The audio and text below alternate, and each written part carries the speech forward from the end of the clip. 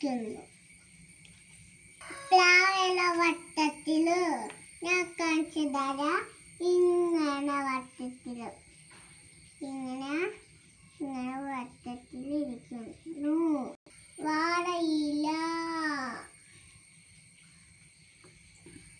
നീളത്തിൽ വലിയ ഇല.